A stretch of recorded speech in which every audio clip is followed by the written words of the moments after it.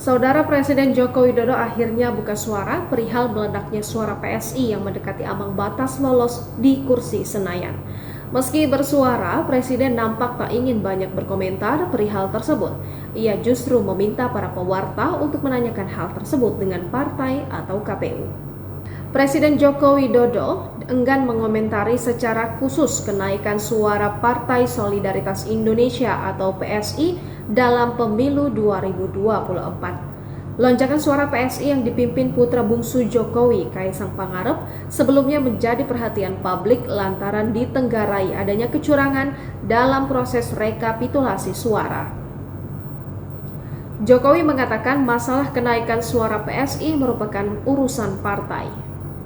Itu urusan partai, tanyakan ke partai,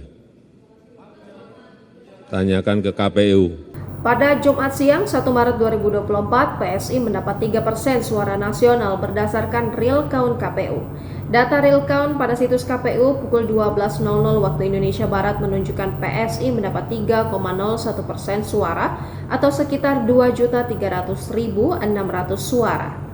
Perolehan ini berdasarkan 540.351 dari total 823.236 tempat pemungutan suara atau 65,64% suara masuk.